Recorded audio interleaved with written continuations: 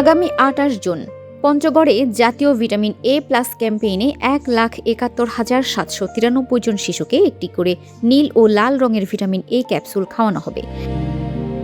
এর মধ্যে ৬ থেকে ১১ মাস বয়সী শিশু ১৯,৭৯৩ জন এবং ১২ থেকে ৫৯ মাস বয়সী ১,৫১,৬১৭ জন।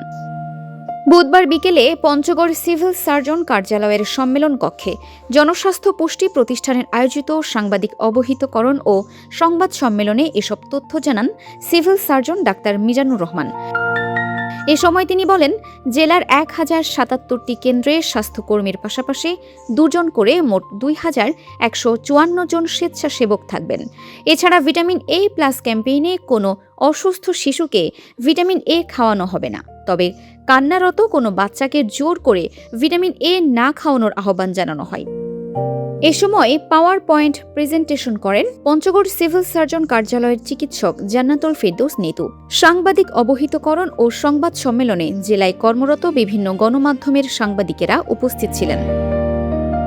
ফারহানা নিজাম, দিনাজপুর টিভি।